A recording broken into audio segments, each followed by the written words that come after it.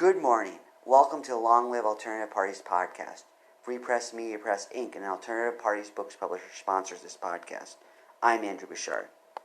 Welcome to the Long Live Alternative Parties podcast. Today, friends, we are talking about something we love to talk about in this podcast, in addition to alternative parties themselves: nonpartisan reform methods of every stripe and shade and variety. So we have an individual. His name is Doug Smith. He's going to talk to us about something he devised called the Clean Elections Amendment, and he is from a state that I used to live in, Iowa. So welcome to the podcast, Doug. Thank you very much, Andrew. Yes, I am actually a native of Michigan, but I now live in Iowa.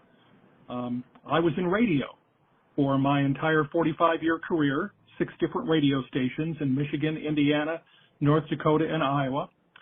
And I retired at the end of 2021. By way of introduction, I started out my life as a Republican, mainly because that's how my parents voted, and because at the time I was in conservative white evangelical churches, and that's where politics tends to run in those circles. But in 2004, because of the Iraq War, I left the Republican Party to become an independent. And I have been voting for Democrats ever since because I'm appalled at where the Republicans want to lead us. Oh, yeah. So at this point in time, it would probably be accurate to describe myself as a Democrat. Okay. Interesting. So the Iraq War was the trigger that caused you to leave the Republican Party. Right. We were lied to. If a party lies to you so egregiously, should you still vote for them? I don't think so.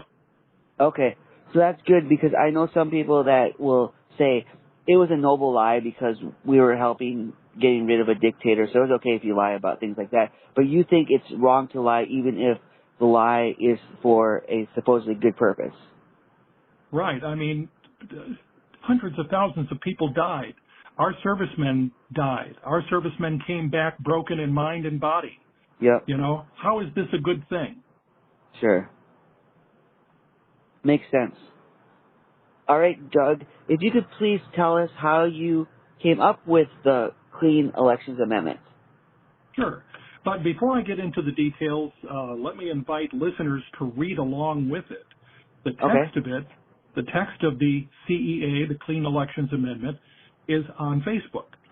So when you log onto your own personal page, go up in the top left-hand corner of that search window, and type in the words Clean Elections Amendment, and that will take you there. Then after you're on that page, scroll down on the posts until you see the words, "This is the current version of my proposed amendment." And click on that, and you should have the text in front of you. So our listeners can just pause the playlist on the podcast here for a second, go ahead and do that, and then go ahead and pick this up and continue listening. All right. Now, having lived significant portions of my adult life on both sides of this conservative and liberal divide, and thinking about how to try to close the gap and create a fairer version of politics that both sides would benefit from, I came up with 2 primary ways to do that. And both of these changes, if they were actually implemented, would benefit all political parties. Not just the 2 major parties, but all alternative parties as well. And the first and foremost thing that needs to happen is we need to get private money out of politics. You know, how do we tackle campaign finance reform? That's the issue. Now, obviously, money is needed during campaigns. You've got to pay staff. You've got to buy commercial time and so forth. But when that money comes from billionaires and corporations and unions and other big money sources, that's dangerous. Because the people who give those massive campaign donations expect something in return. Now, what I want from politicians and from government in general, and I think you do too, is that new laws and policies are passed in the public interest, that they should solve people's problems. That's the whole point of government.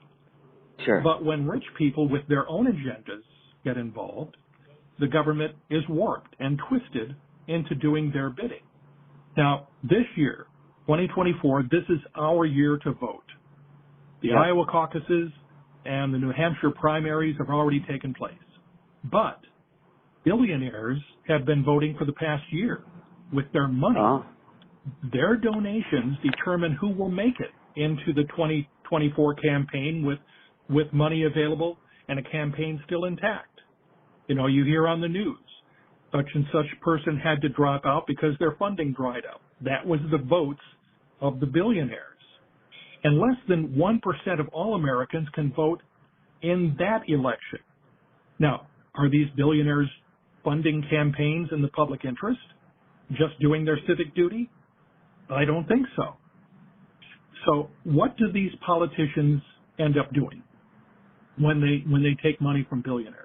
Well, they're carefully keeping track of what their funders are interested in. What keeps them happy? What will keep them donating to my campaign? This is no longer a representative democracy that we have. This is government by the richest. We sometimes call that an oligarchy. Sure. Now, take any change that you would like to see in America, whether that's combating climate change or gun safety or financial reform, tackling inequality, tax reform, social media reform, healthcare reform, education reform, any of those things. Nothing can ever be reformed in this kind of a system. Why?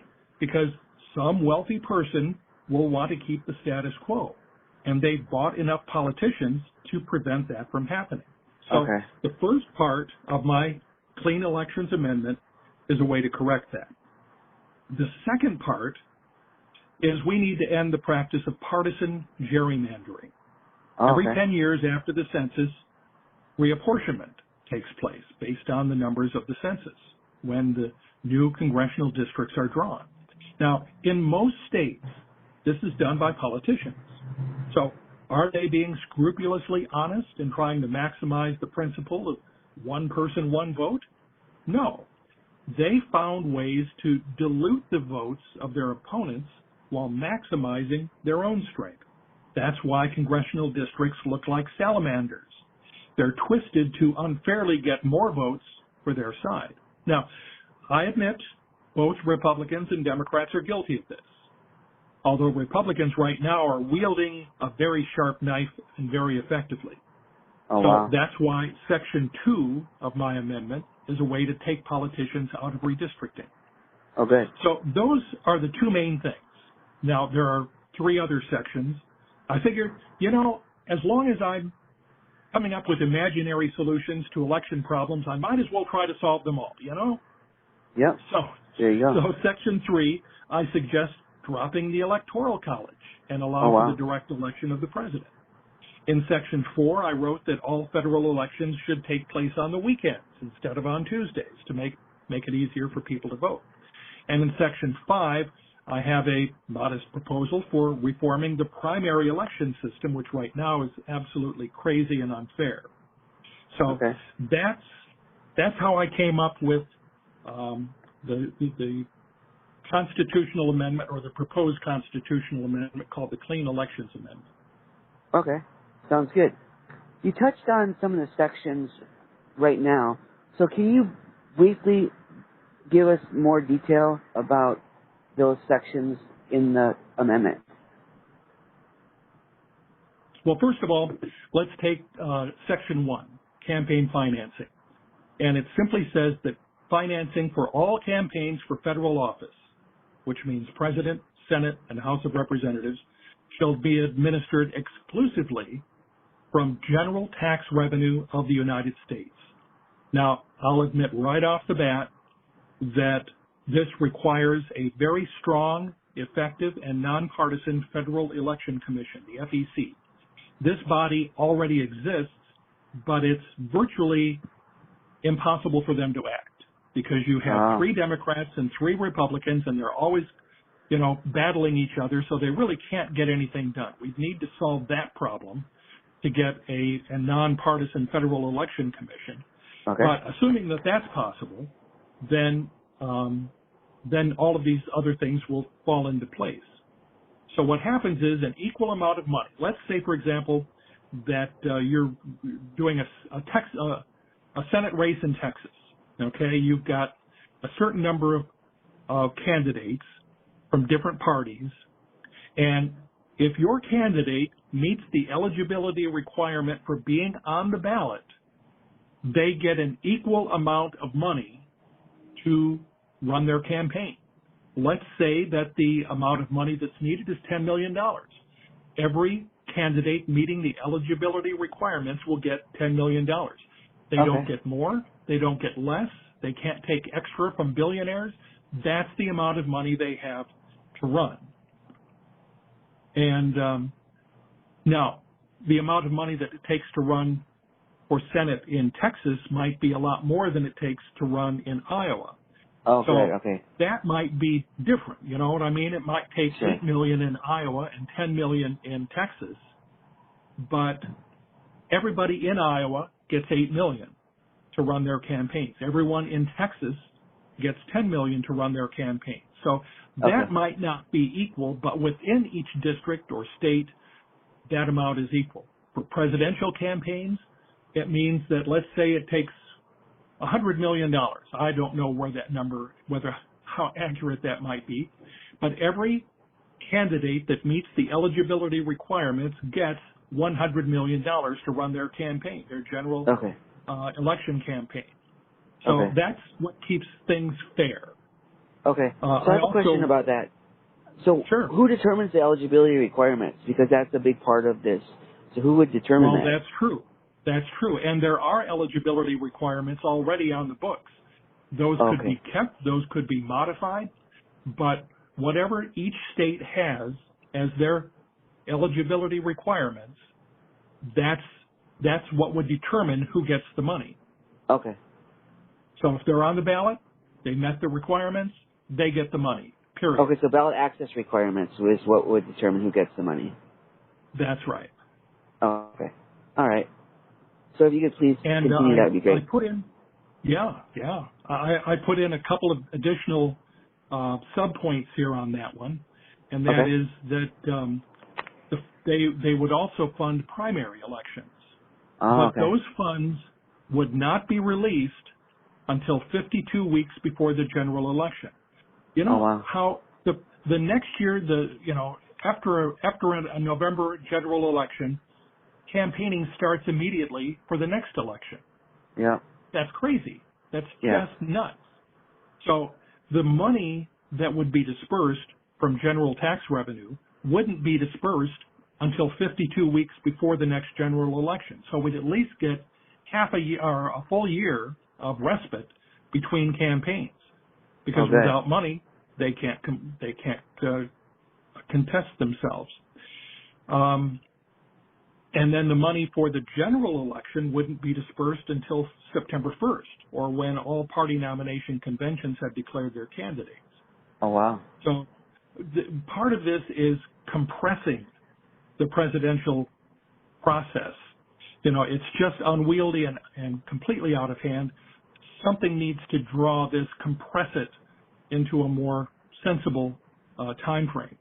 Okay. Now, these next few subpoints are all about trying to come up with closing potential loopholes. What happens if a candidate overspends the amount that they were given by the FEC?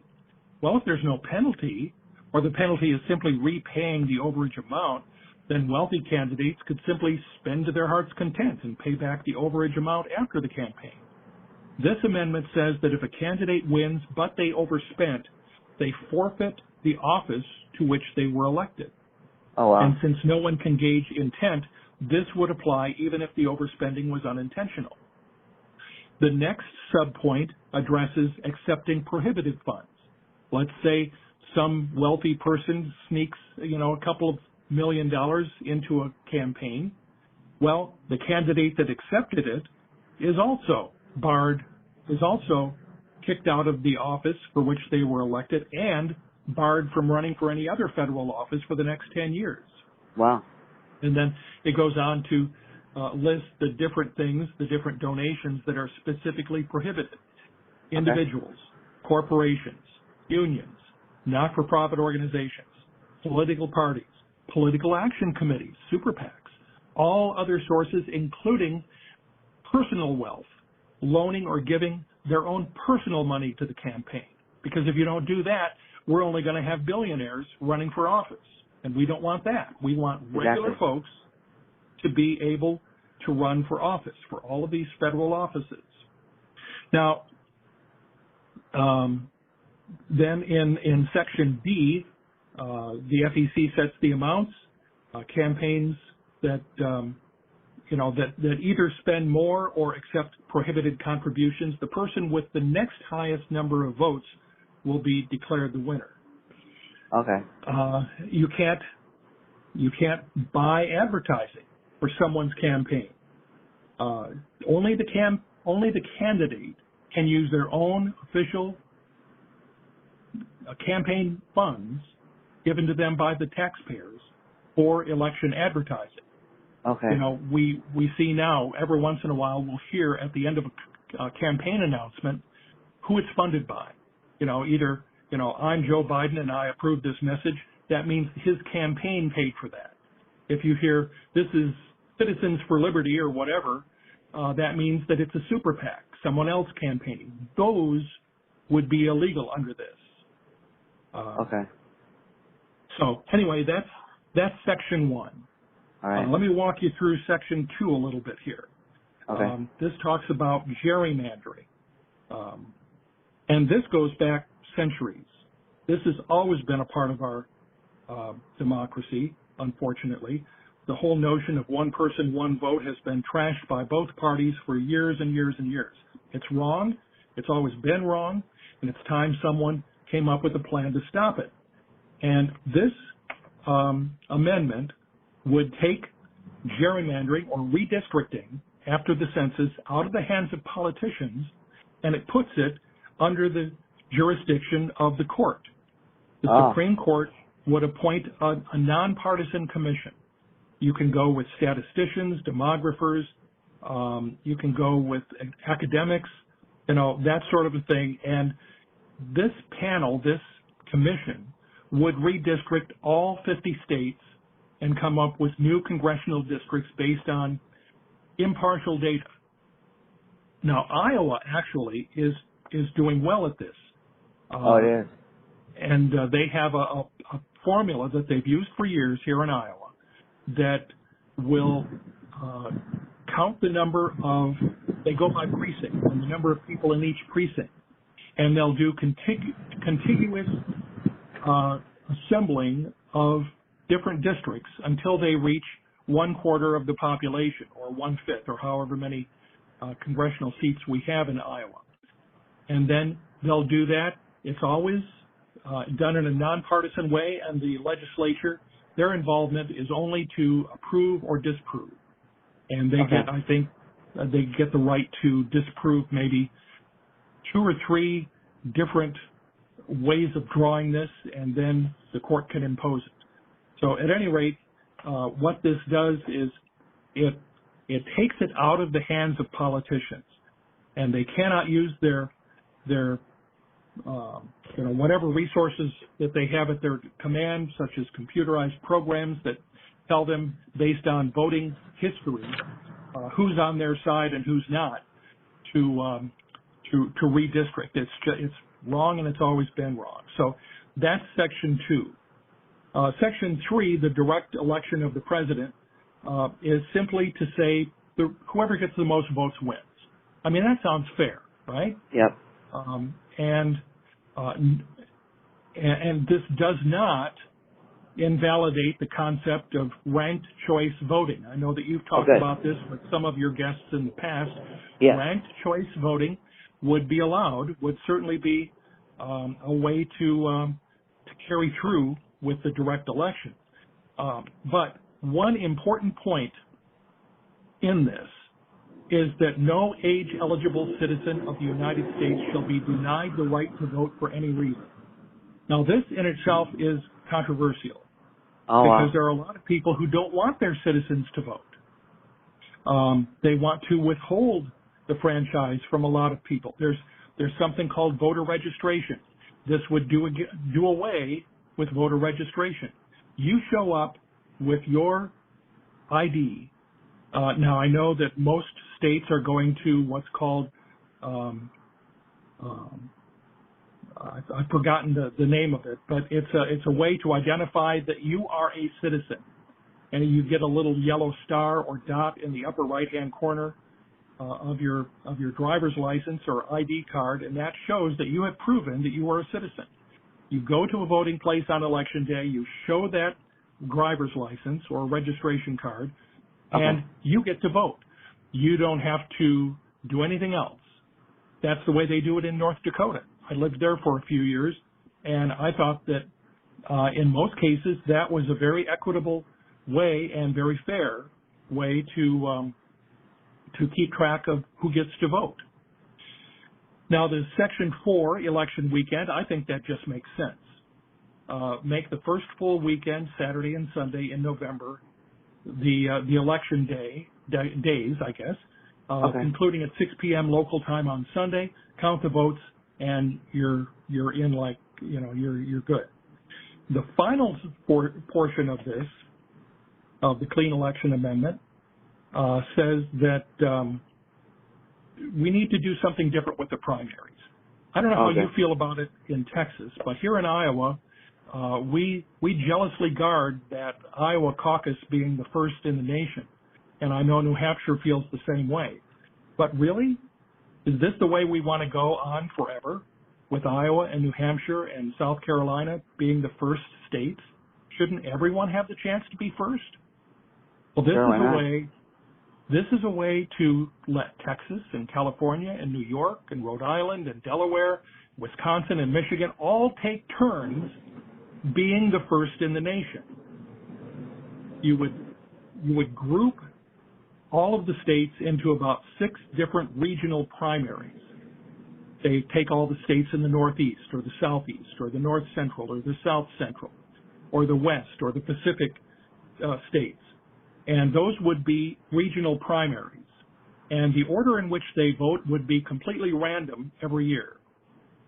And then you would take 3 states, because there is a benefit, I think, to retail politics, where it's just one state being focused on, and the candidates have to go there, they have to shake hands, they have to meet the people, do town halls. There is value in that. And I think in large measure, Iowans have done that well. But if we're going to give everyone the opportunity to do that, every state, then we take 3 states at random, no more than 1 from any of these 6 regional primaries.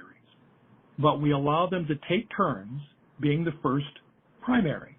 And because we haven't released the money for the primaries until 52 weeks before the election, that means that they will have only had their money to build their organization and start advertising for just a couple of months. And then the first primary would be sometime in March or April. So you start these individual states in late March or early April.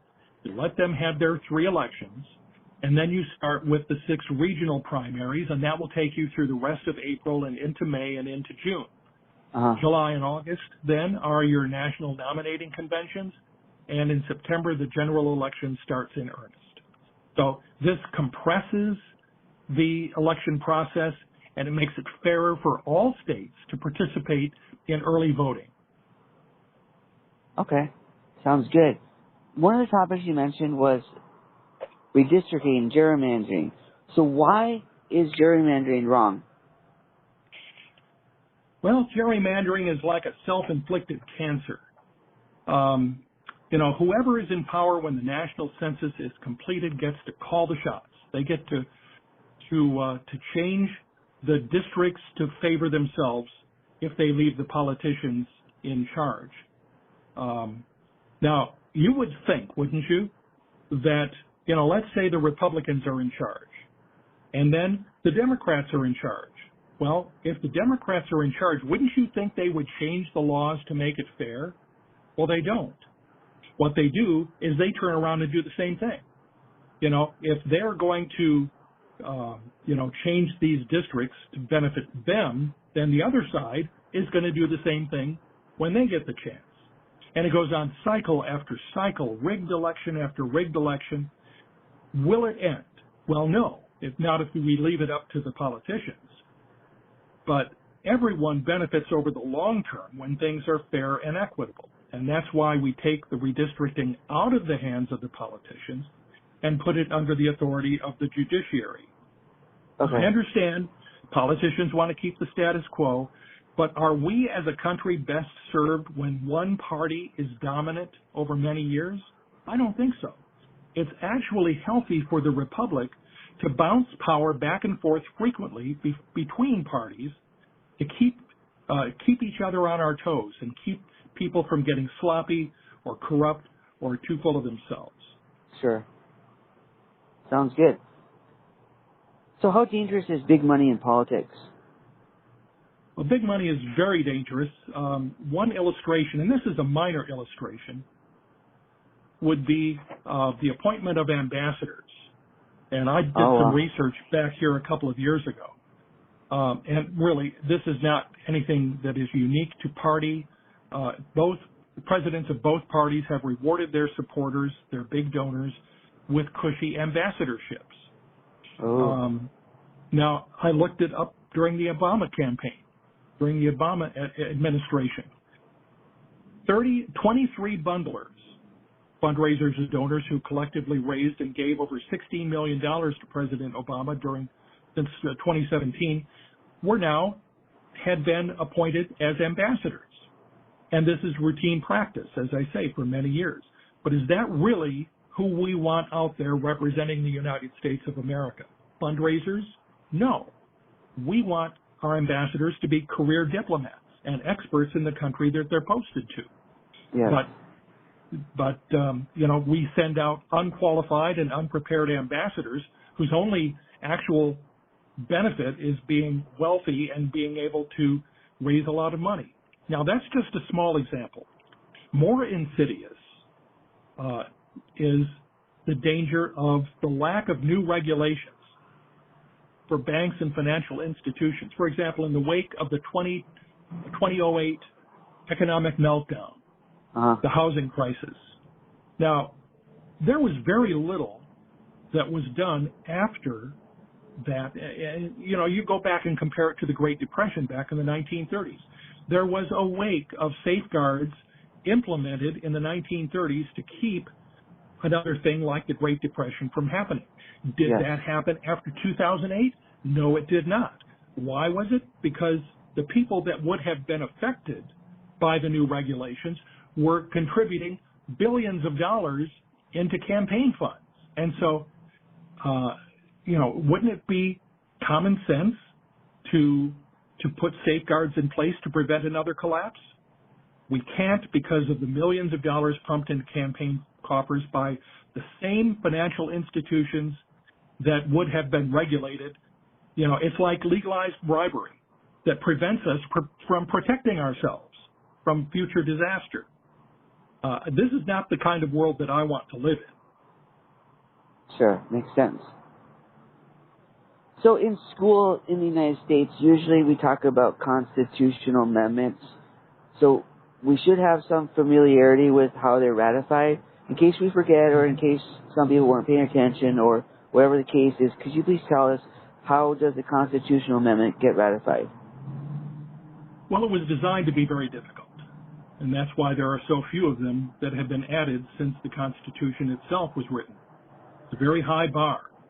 2/3 of both houses of Congress need to approve the amendment. That's the first step. That would be 67 senators and 290 representatives. And then, after it's been approved by Congress, then 3/4 of the states need to approve. In our case right now with 50 states, that means 38 states have to approve, and then a new amendment can be ratified and go into effect. So the only people who can vote on this amendment are the ones who are currently benefiting from the lack of this amendment. So what would induce them to vote against the status quo, which benefits them? Well, the only way is if we as citizens force them to change by united action on Election Day. You've heard of one-issue candidates. Well, I would like to be a one-issue candidate, and that's who is going to reform our election process. Okay. If we can identify any one of those, that's my person. All right. So given that, why should we pass an amendment and not pass laws? You said the amendments are very difficult to pass and laws are comparatively less so. So why should we go with the amendment and not laws? Well, there are a lot of reasons, but primarily because you can pass laws and the Supreme Court can invalidate them. I have proposed what I believe to be the only possible remedy for change, which is a constitutional amendment, because we can see very clearly that nothing less than an amendment can stand up to the majority on the Supreme Court. So the answer can't be statutes, can't be incremental change. It has to be a sweeping change to move all of the donors, big and small, and their agendas out of the way. I think federal funding for all federal elections is the best way to do that, and the only way to take back our democracy. Okay. Sounds like those are good reasons. So please tell us what objections people have raised to the Clean Elections Amendment, and how would you counter these objections? Well, I would say, it's natural to whoever is benefiting the most from the status quo is going to be reluctant to change. And the most cogent argument that I've been able to come up with against the CEA has to do with freedom of speech. Does the principle of freedom of speech extend to corporations? Does freedom of speech allow everyone to amplify their speech to the greatest extent that their money can buy? These are not trivial questions. They are the heart of what motivated the Supreme Court to rule as they did in the Citizens United decision. Now, I'm not a constitutional scholar. I'm just a guy. But many who have weighed in against this decision, against Citizens United, because they disagreed with this expansion of the meaning of freedom of speech. For example, Justice Stevens wrote a blistering dissent to Citizens United. He argued that the court's ruling threatens to undermine the integrity of elected institutions across the nation, and a democracy cannot function effectively when its constituent members believe laws are being bought and sold. And that's exactly what has come to pass. Justice Stevens was right. So the Clean Elections Amendment is designed to correct these problems. It doesn't discriminate against any source of funding. All sources are excluded, except for federal funds. Corporations, unions, PACs, nonprofits, political parties, even personal wealth are excluded. But no one is prohibited from buying commercial time and campaigning for or against issues in any given election. As long as no candidates are named or seen or heard in the commercial, outside interests can spend as much as they want on whatever issues they think are important. Everyone is entitled to free speech, period. Nothing in the amendment stops that. All it says is that billionaires, corporations, and advocacy organizations can't enhance their speech when it directly affects our electoral process, beyond the ability of everyone else to buy massive amounts of media. Okay. So how much would this cost to pass this Clean Elections Amendment? Well, that's always a big question. People say, well, how can we afford to spend millions of dollars on, these elections, giving them to candidates and letting them run? Well, that question was put to Common Cause Incorporated. It's a citizens advocacy group. I'm guessing you've heard about that. Oh, yes, This is what they said. And you can look this up on their website, commoncause.org. Public financing will likely result in a net savings of money to the government by reducing the waste that results from inappropriate giveaways to big campaign contributions. In other words, when if I was a politician, I was elected to Congress because of Big Oil Incorporated. When I get to Congress, I'm going to give away billions of dollars to Big Oil Incorporated because they gave me campaign money.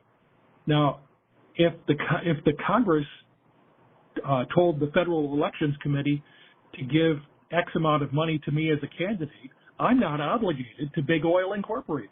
So I'm not Sure. going to give them tax breaks unless they can demonstrate that they earned it. So it reduces waste by allowing elected officials to focus on running good government rather than on raising money. Sounds good. So since our party is dedicated to alternative parties and we can be sympathetic also with independent candidates, so how would this amendment help alternative parties and or independent candidates? Well, it all depends on the strength of the different parties. If any party, and I think right now the most organized of the alternative parties would be the Green Party, if Okay. they meet the election criteria to get on the ballot, then they would get an equal amount of money for that the Republicans and Democrats go. It all goes back to the requirements, the eligibility requirements. If they get on the ballot, they're entitled to the money. So, you know, it would break up, I think, the monopoly that the Republican and Democratic parties have had on our electoral system and inject some new blood, make people, give people more choices and more options. Okay. Sounds good. That's what we like to hear. So, Doug, how can our audience support you? Well, it's not so much supporting me. I have no organization. I'm just a guy. Okay. Okay. And so, a person listening to this and saying, this makes sense. Well, you can't say, go, Doug, go, because I'm not going anywhere. I have no money. I have no influence. I have no power. You do, however, and we all do when we work together. Okay. So, it's in a normal world, this would never get before Congress, let alone get passed. There's too much at stake in the status quo. The people who are funding our government right now are extremely powerful, and they don't want anything to change. And yet I can't think of anyone outside of government who thinks our current system is the best we can do. Nobody likes the way things are now, and it is within our power to vote in dramatic change, but we have to do it together, okay? Okay. With every power player on all sides against change, it would take a massive Herculean effort on the part of the citizens of the United States to take even one of these sections and turn it into an actual amendment. So ultimately, I think this proposal is fair, and in a sense, I think many of the people in Congress right now would actually like this. Because you know how much money they spend, how much time they spend fundraising? Every week, every member of Congress, every member of the Senate spends between 30 and 70% of their time on the phone raising money from billionaires. Yep. Wouldn't it be better for them not to have to waste all this time sweet-talking billionaires and more time doing the work we send them to Washington to do? Good point. So it's, these are radical suggestions. It's a big ask, but you can do it. And by you, I mean you, Andrew, as well as all of the citizens who are listening to this and other things. There is another important thing that I could suggest. Okay. I'm not the only person suggesting this. Okay. If you want to listen to a great TED Talk on this topic, this general topic of federal funding of campaigns, there's a great talk from 2013. It's a TED Talk by Harvard professor Lawrence Lessig. It's a fascinating talk. All you have to do is go to TED.com and search for Lawrence Lessig. That's Lessig. It's a talk called We the People. Strongly recommended. Also, Robert Reich, former labor secretary under President Clinton. He has written and recorded many different articles and videos over the years that all have this same thing in common of getting the big money out of politics. Anything you can read or see by Robert Reich is excellent as well. Okay. So this is the issue that we need to fix. Who funds election campaigns? Before we can fix any of the other problems, that are affecting us. Get big money out of politics, get the politicians out of redistricting, then we'll be free to solve all the other issues that are troubling us. Perfect. Doug, thank you for sharing the interesting and important information about this amendment and all that entails and the possibility it has for reforming our system and making our country better yet. Well, thank you for your time, Andrew. I really appreciate it. All right. Take care. All the best. We wish you well on this amendment and everything else you do in life. All right. Thanks. Bye now.